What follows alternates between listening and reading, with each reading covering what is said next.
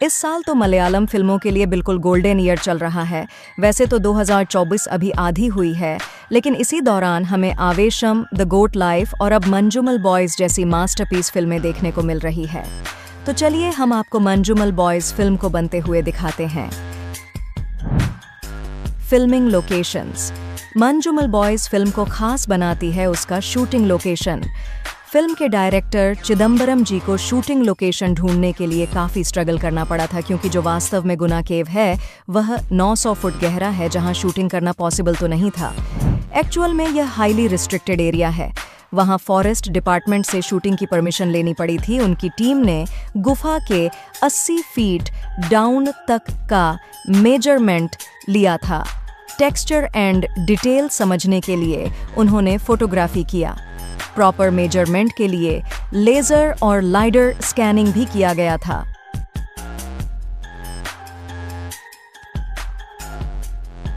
इसके बाद फिल्म के प्रोडक्शन डिजाइनर अजायन चलिसरी ने गुना केव का एक रिप्लिका बनाया, जो फिल्म का मेजर शूटिंग लोकेशन था।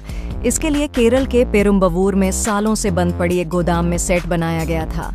आपको अगर याद हो तो आपको बता दूं कि मैंने पुष्पा फिल्म की BTS सीन में दिखाई थी कि किस तरह थर्मोकोल से चंदन के लकड़ियों को बनाया गया था।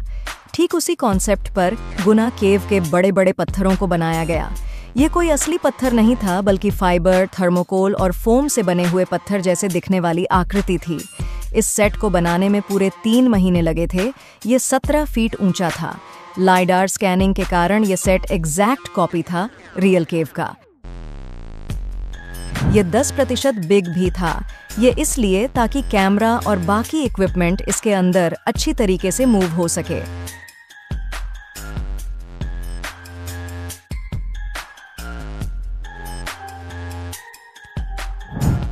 केव सीन्स शूटिंग। गुना केव एक आइकॉनिक टूरिस्ट स्पॉट है, जो कि तमिलनाडु के कोडाईकनाल के मैजेस्टिक हिल्स पर बसा है। इसकी एलिवेशन 7218 फीट है।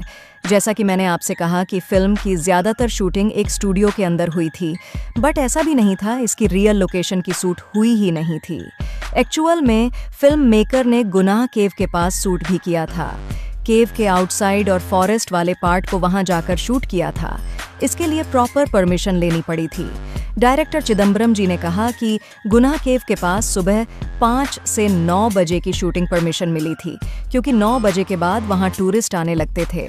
सुबह सुबह जाकर के सारे इक्विपमेंट सेट करने में ही आधे से ज्यादा समय लग जाता था। इस तरह कई दिन लग गए थे वहां छोटे छोटे पार्ट को शूट करने में।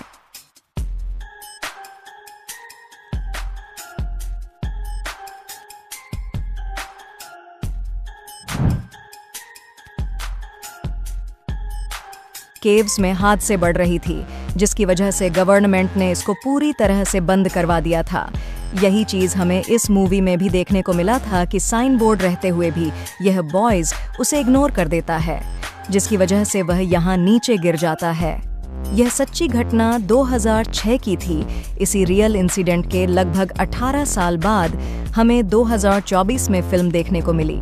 फिल्म के डायरेक्टर चिदम्बरम जी ने एक बार तो रियल बॉयज को ही फिल्म में कास्टिंग करने का मन बना लिया था, बट इससे वह उस लेवल की एक्टिंग नहीं दिखा पाते जैसा कि वह अपने दर्शकों को एक्सपीरियंस करवाना चाहते थे। डायरेक्टर ने ट्रिब्यूट के लिए रियल मंजूमेल बॉयज का एक कैमियो रखा था। एक्चुअल में स्टार्टिंग में शादी फंक्शन में हमें वो दिखे थे, जिससे इन फिल्म वाले मंजूमेल बॉयज की लड़ाई हो जाती है और उनके बीच रस्साकशी भी होती है। एक तरफ तो ये कलाकार होते हैं, बट दूसरी तरफ जो टीम जीत जाती है वह एक्चुअल में रियल मंजूमेल बॉयज ही थे। यह रियल मंजूमेल बॉयज की तस्वीर है।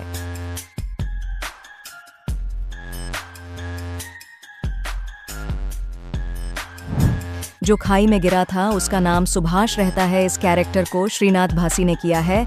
यह रियल मंजूमेल बॉयज के सुभाष की असली तस्वीर है। वहीं कोट्टन, जो कि गुफा में उतरता है सुभाष को बचाने के लिए, इस किरदार को सोबीन शाहिर ने किया है।